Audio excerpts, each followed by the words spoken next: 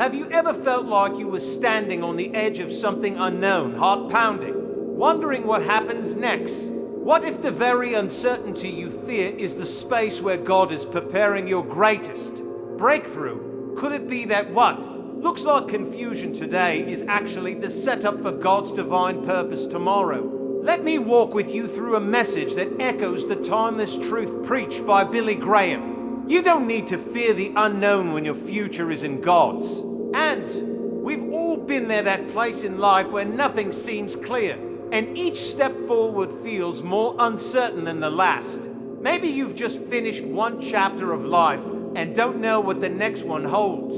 Maybe the job is gone, the relationship has ended, or the path you thought was yours suddenly crumbled. In these moments, it can feel like you're wandering through fog with no visible horizon. It's disorienting and often deeply frightening. But here's the truth Billy Graham so often reminded us of. God is not confused. While we're scrambling to find answers, to create contingency plans and map out escape routes, God is already at the next turn. He sees the road you can't see. He's not pacing in heaven wondering what to do next. He's preparing the way, orchestrating each moment with purpose.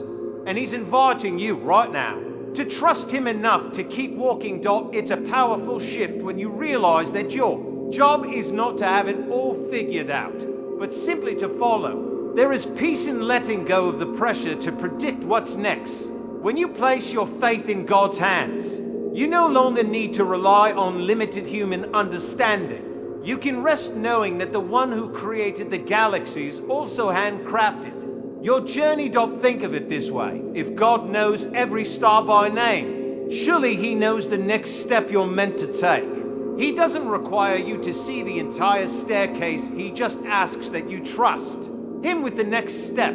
That trust might not eliminate the fog, but it will steady your soul within it. So the next time you're tempted to panic in uncertainty, shift your focus. Instead of asking, what if this goes wrong? Ask, what if God is doing something greater than I can see? Because he is, always. And as we begin to understand this deeper level of trust, we unlock something extraordinary, because it is precisely in those moments of uncertainty that God does his most transformative work in us. Let's now explore how stepping into the unknown is not a setback, but a sacred space for growth. Join me in the next section. Growth happens in the unknown. Trusting God when you can't see what's next is only the beginning, because it's in those very shadows of uncertainty where your faith begins to stretch and your spirit begins to grow. If the previous season invited us to let go of control, then this season challenges us to grow roots in unseen soil. One of the most profound truths Billy Graham ever shared is this: God doesn't do his deepest work in comfort zones. He does it in the wilderness, in the in-between. He meets us not in the certainty of our plans, but in the discomfort of the unknown. Why? Because it's there that we stop leaning on our own understanding and begin clinging more tightly to him. Consider Abraham. God asked him to leave everything familiar, his homeland, his family, his security, and go to a place that would only be revealed later. Abraham wasn't given a map, just a promise. He didn't know the route, only the guide. And yet, he went, not because he understood what was ahead, but because he trusted the one who was leading. And through his obedience, a covenant was born that still blesses generations. This is the paradox of spiritual growth. It doesn't flourish in clarity, it flourishes in questions. In the quiet of not knowing, our dependence on God sharpens. In the absence of immediate answers, our prayer life deepens. In the gaps between where we are and where we're going, our character is being refined. It's like a seed buried in the soil. In darkness, it appears lifeless. But beneath the surface, transformation is underway. The roots grow first, anchoring deep before any sign of life breaks through. That seed must remain hidden for a season, trusting that what is happening below will someday bloom above. So it is with us, when we face the unknown. We are not being punished, we are being planted. And in God's perfect time, We will rise with greater strength, wisdom, and faith than we had before. As you walk through this stretching season, hold on to this. Uncertainty isn't evidence that God is absent. It's proof that He is working deeply, and what He is building in you now will sustain you for what's ahead. Let's keep moving forward and examine how God's greater vision surpasses our limited plans.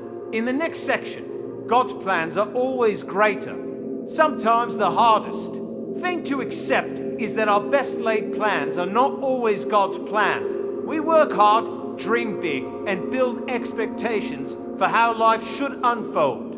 We outline our timelines, define our success, and imagine how the pieces should fit. But then something interrupts the flow, a detour, a delay, or a door that slams shut. And it's in that disruption where we often discover that God's vision for our lives goes far beyond what we could have ever imagined. Billy Graham once said, when we come to the end of ourselves, we come to the beginning of God. It's when our dreams shatter that we begin to glimpse what God has been preparing all along. God doesn't ruin our plans to hurt us, He does it to rebuild us for something far better. Take Joseph, for example. He had dreams of greatness, visions, of leadership.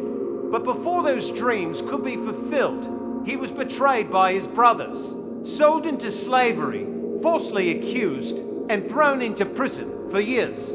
It seemed like Joseph's dreams were nothing more than youthful illusions. But all along, God was at work.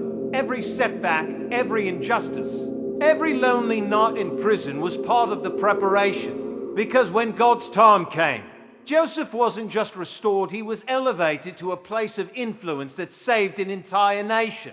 You see, Joseph's plan was limited by what he knew, but God's plan stretched into the saving of multitudes.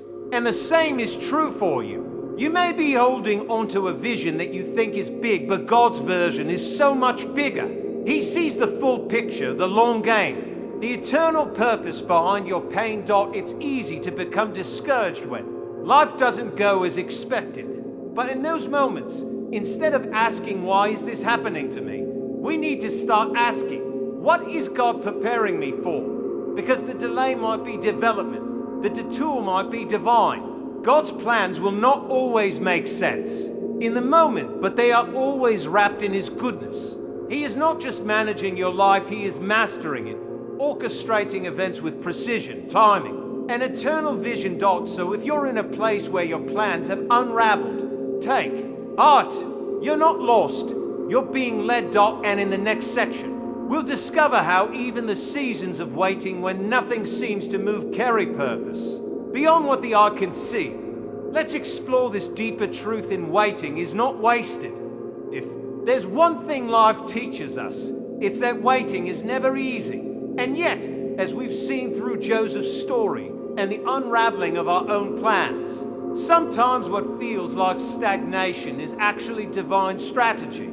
Billy Graham reminded us that God is never in a hurry, but He's always on time. That truth may be comforting, but it's also challenging because we live in a world that values speed, instant results, and quick gratification. In God's economy, however, delay does not equal denial. The season of waiting isn't a gap in your life story.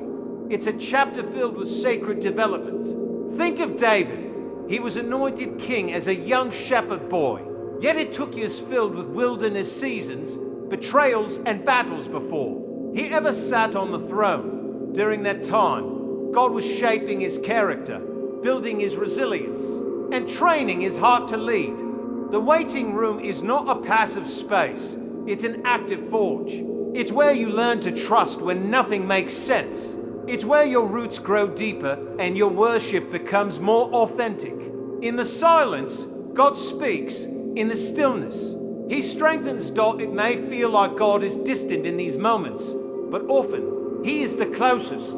Just as a teacher is silent during the test, God's quietness doesn't mean absence, it signals trust. He believes in what He's put inside you, and He knows what you'll need for the journey ahead. Consider the Israelites. Their 40-year journey through the wilderness wasn't random punishment. It was a time of preparation. They had to be transformed from slaves into warriors, They needed to unlearn fear, embrace faith, and build a new identity rooted in God's promise. And when the time was right, they stepped into the land flowing with milk and honey.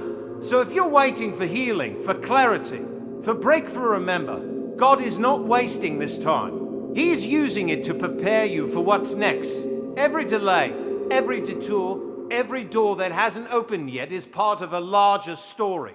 Trust that the waiting is holy ground. Keep the faith burning even when the path is paused.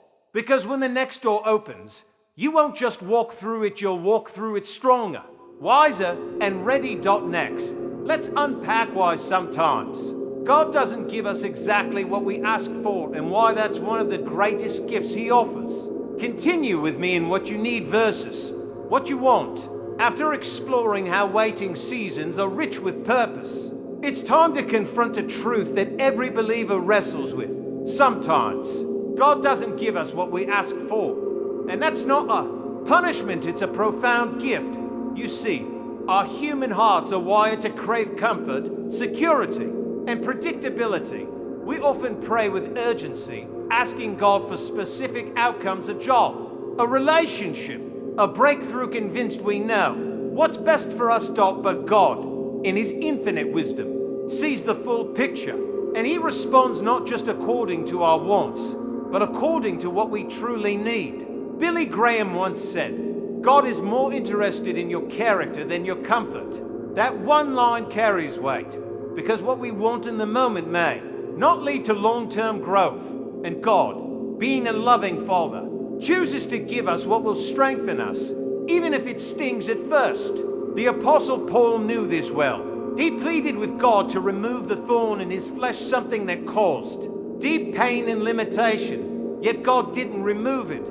Instead, He said, "My grace is sufficient for you, for my power is made perfect in weakness." Imagine that. Paul's request wasn't denied out of cruelty, it was redirected to a deeper grace. Through weakness, Paul discovered strength. Through unanswered prayers, he encountered God's sufficiency. How often have we, like Paul, begged for a door to open only to find it remain shut, or prayed for a quick resolution and instead entered a longer road? It's tempting in those moments to question God's goodness. But what if the closed door was divine protection? What if the delay was preparation for something far greater than what we imagined? Think of a child who asks for candy before dinner. A loving parent says no, not because they're withholding joy, but because they want to protect health. In the same way, God's no orphan safeguards our soul. His silence isn't neglect, it's love that sees what we can't. God's provision is always purposeful. He knows when to say yes, when to say not yet, and when to say no for our own good. And His timing is not just correct, it's perfect also. The next time your prayer feels unanswered or your heart aches for something just out of reach, take a breath, step back, and trust that God is giving you not what you want, but what you'll one day be most thankful for. Let's continue this journey together and explore how even when nothing seems to be happening on the outside, God is doing powerful work behind the scenes. Up next is preparation behind the scenes. At first glance, it may feel like nothing is happening in your life. The prayers haven't been answered. The doors haven't opened. The breakthrough you've been waiting for still hasn't come. It's in these moments, these still, quiet, seemingly uneventful times, that we begin to question whether God is really at work. But according to Billy Graham's teachings, this is exactly when God is doing His most important work. The absence of visible progress doesn't mean absence of divine activity. Quite the opposite, actually.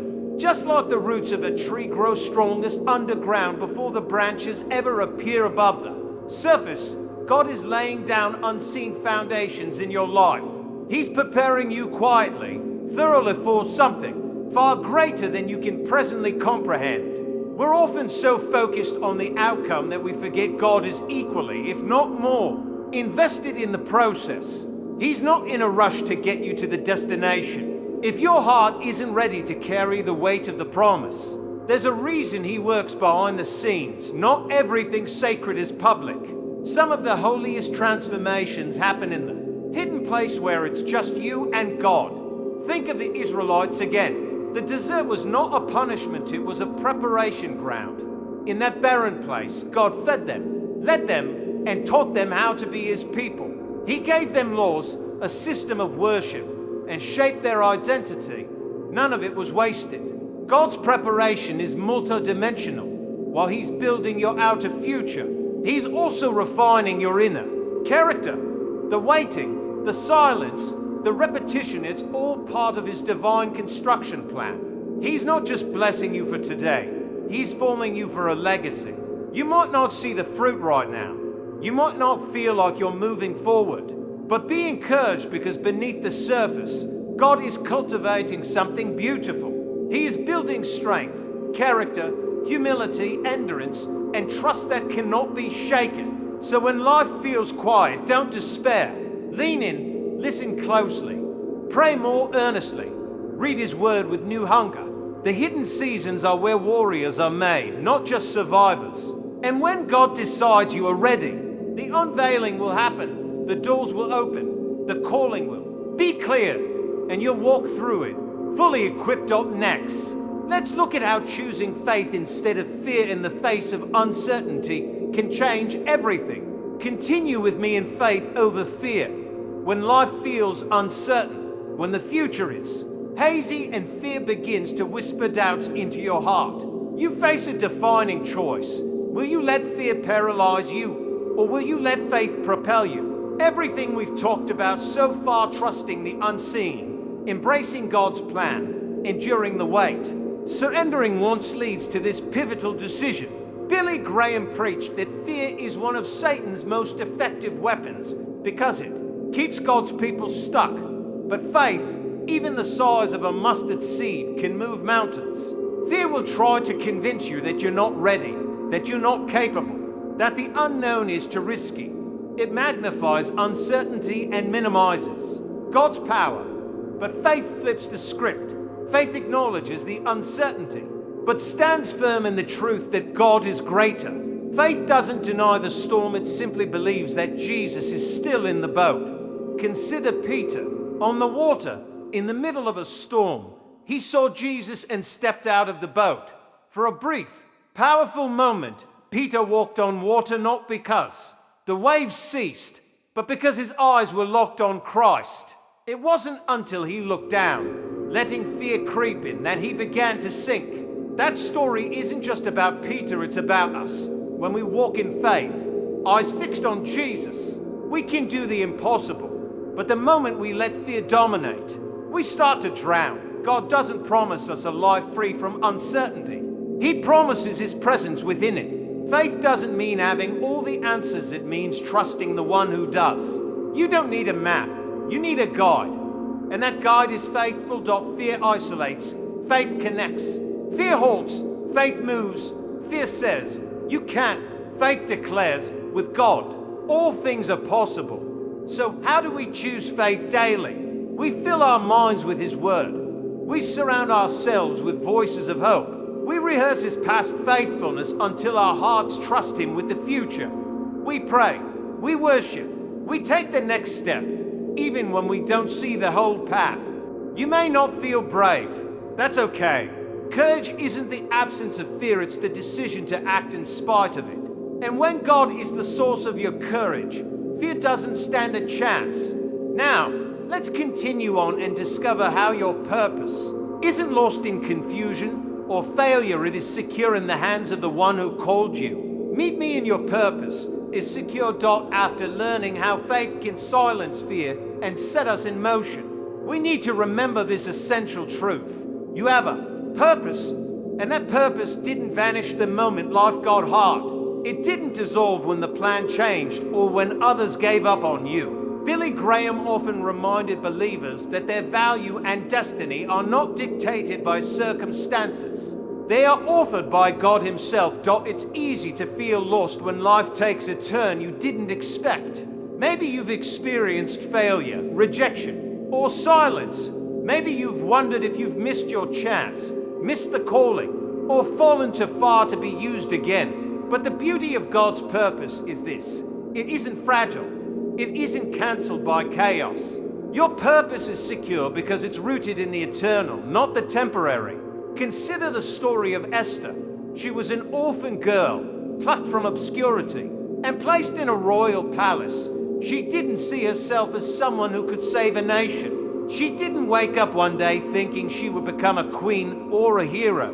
But God saw it all from the beginning. And when the moment came for her to rise, she stepped into the purpose she was born for such a time as this. Mordecai said, and that time came because her purpose had never been lost. You may not see your royal moment just yet, but God does. He's been preparing you in secret. Your gifts, your scars, your battles, they've all been shaping you for a reason. Your detours didn't disqualify you. They developed you. Ephesians 10 tells us that we are God's workmanship, created in Christ Jesus to do good works that He prepared in advance for us to do. That means your life was written into His plan before you ever took your first breath. You are not a mistake.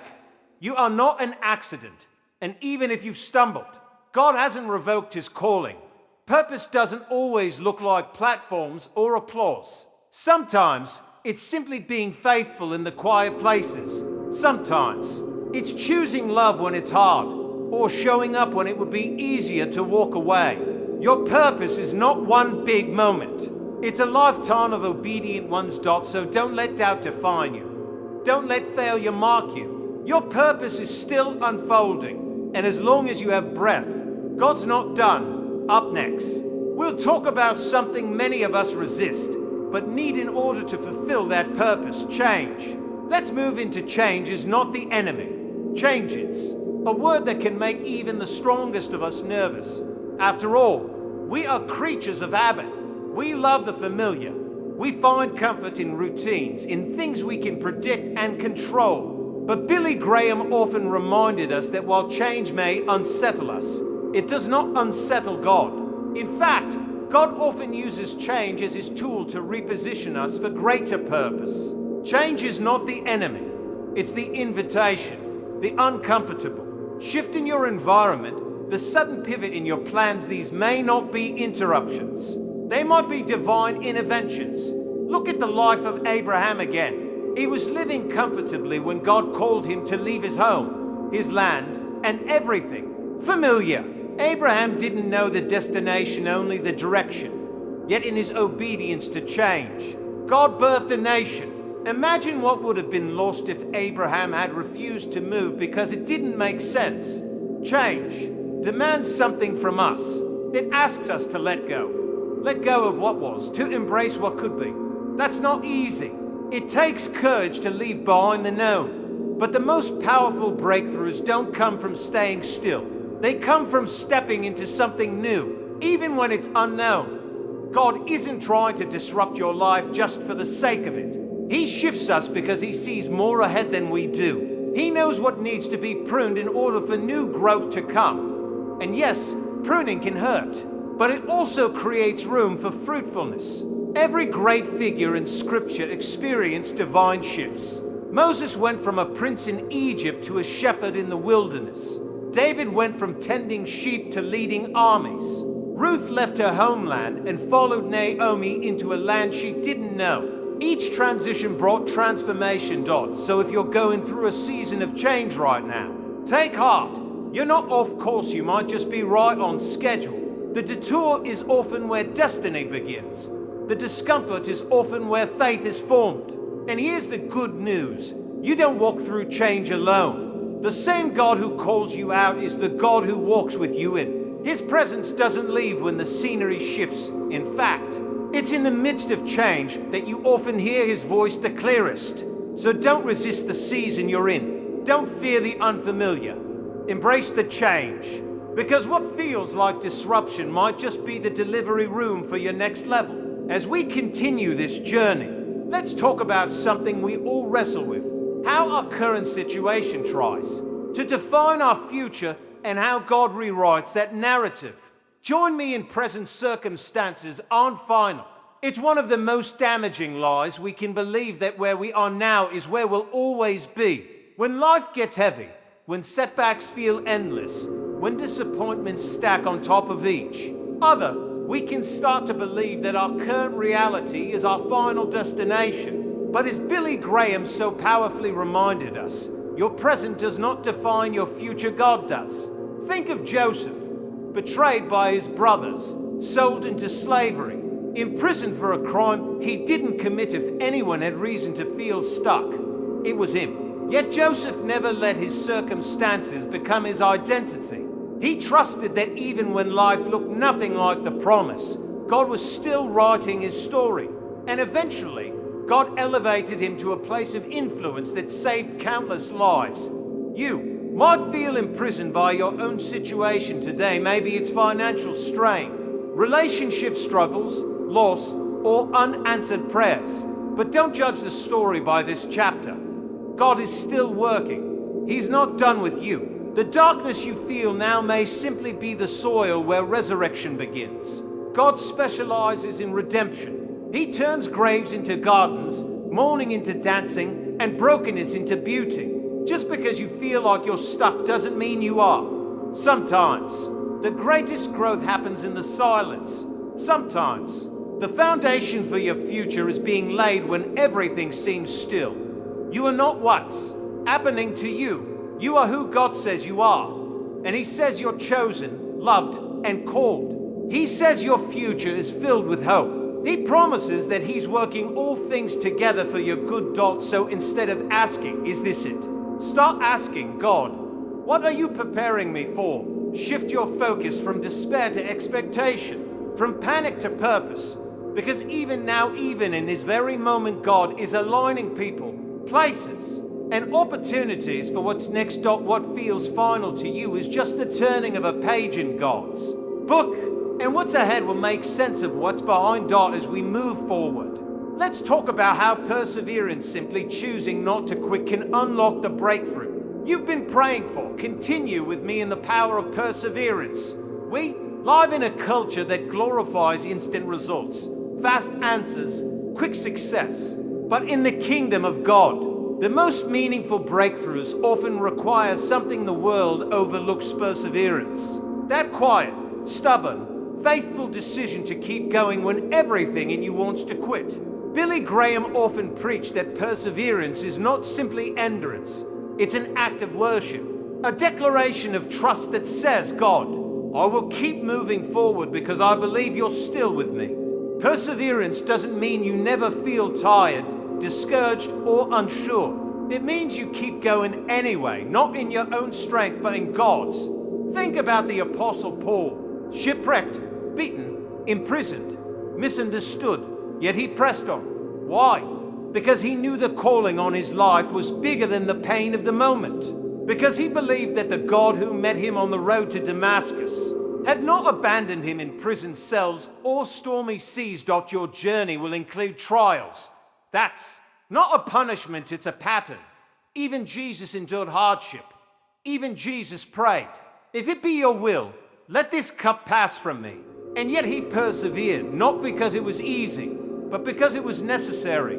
Because the reward of obedience is always greater than the cost of quitting. Perseverance refines us. It strengthens our faith muscle. Each step we take, each prayer we whisper in the dark, each act of obedience in the silence, God sees it all. He honors it, and He uses it to shape us into people who can carry the weight of His promises.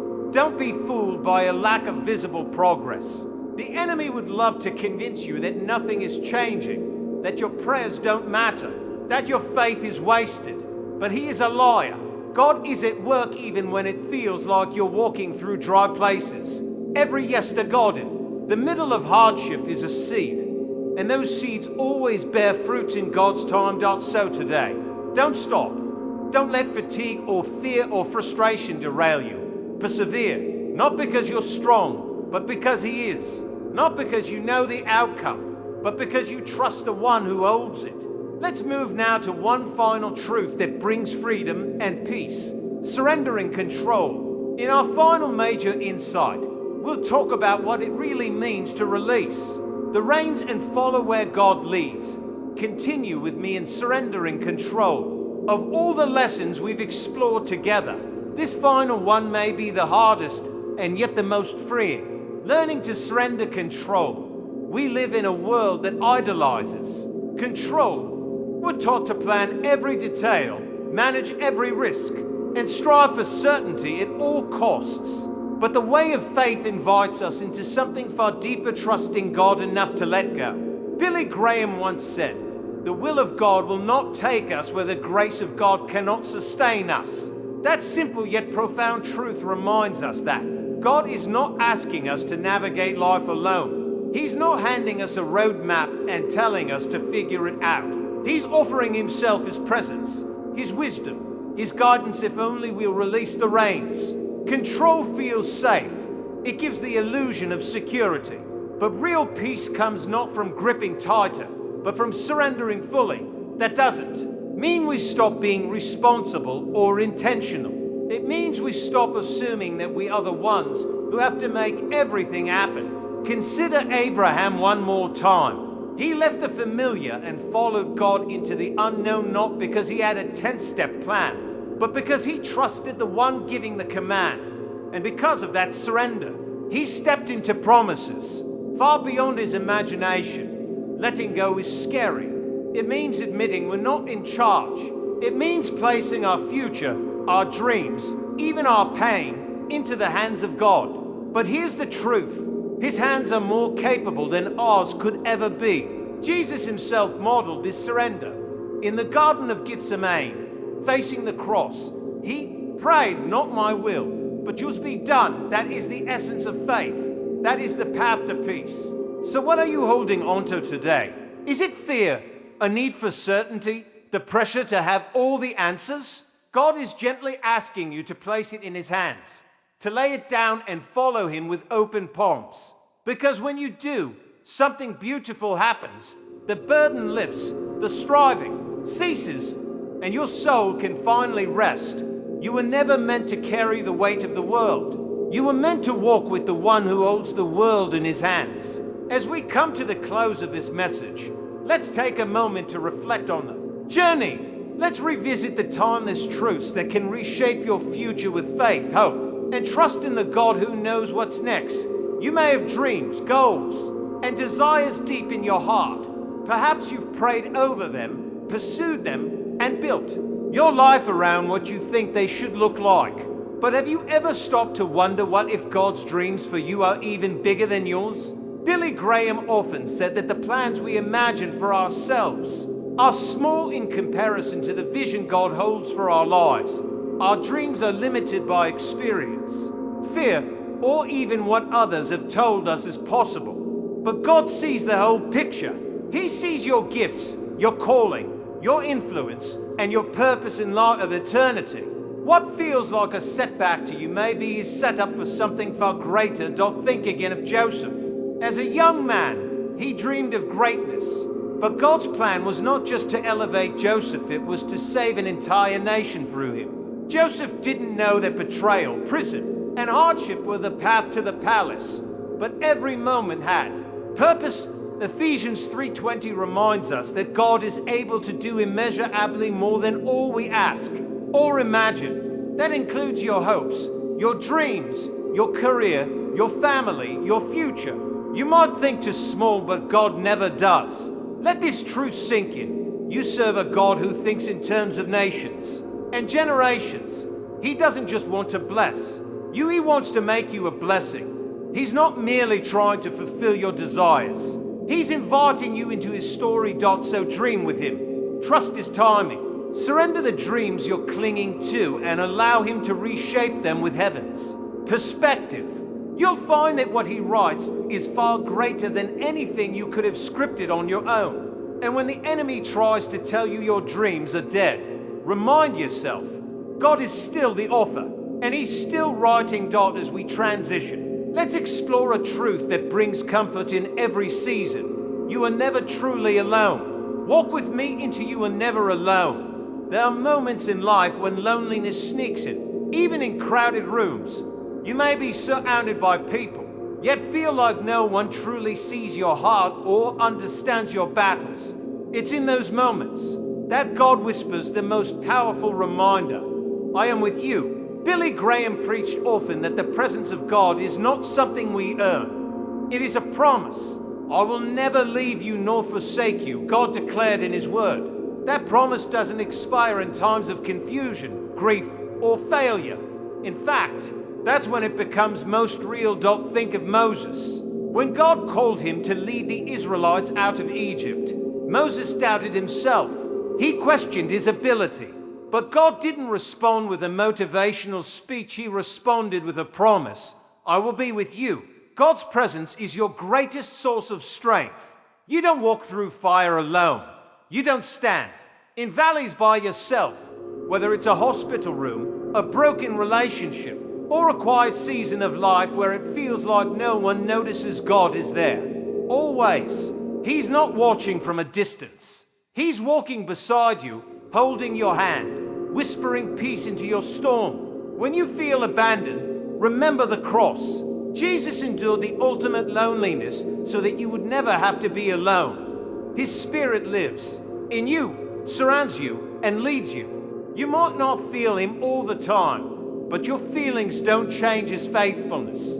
He hasn't moved. He hasn't stopped loving, and He hasn't stopped leading. So if today you're wondering if anyone sees, anyone knows, anyone cares here, the God who made you walks with you. And as we close this journey, let's anchor ourselves in one final truth that brings it all together. Hope is your anchor wind. The winds of life blow hard when diagnosis, disappointment, or discouragement hit your soul like crashing waves. What keeps you steady? What keeps you from drifting? The answer is hope. Billy Graham called hope the anchor of the soul. And rightly so, because while emotions shift, circumstances change, and people fail, the promises of God remain steady. Hope is not naive optimism, it's confident expectation in a faithful God. Scripture is filled with stories of people who held on to hope when there was no logical reason to. Noah built an ark when there was no rain. Abraham believed for a child when his body said it was impossible. Mary carried the Savior in her womb while facing cultural shame. Each of them clung to a promise they couldn't see but trusted anyway. Hope reminds us that darkness won't last forever, that weeping may endure for a night, but joy comes in the morning, that this life is not the end, but merely the beginning of eternal glory. You may not know what tomorrow holds, but hope anchors you to the one who holds tomorrow. Let hope rise in your heart today. Speak it, declare it, breathe it in, because no matter how strong the storm, your anchor will hold. And with that, we come full circle back to the truth we started with. Don't fear what's next, because God is already there. We've journeyed through valleys of uncertainty, through nights of waiting, through days of unseen preparation, and now we arrive at the shoreline of truth. This truth, you don't need to fear what's next, because the God who called you is already in your tomorrow. Billy Graham's words echo in our hearts not as distant history, but as present reality. The God who sustained generations before. US is the same God who walks with us today. You have been reminded that you are not alone. Your purpose is not lost, and your storm does not get the final say. You've discovered that perseverance is more than endurance, it's worship. That surrender isn't weakness, it's wisdom. That hope isn't blind, it's anchored in the unshakable character of God. So here's the question. What will you do with what you've heard? Will you let fear dictate your next step? Or will you dare to believe that the best is still ahead? If this message stirred something in your spirit, don't let it end here. Like this video to affirm your commitment to faith over fear. Subscribe so you never miss a word of encouragement and truth. Share this message with someone standing at the edge of their own unknown. This is not the end of your story. It's the beginning of a braver chapter. Keep trusting, keep walking, and never forget God goes before you. The future is not frightening when your faith is firm.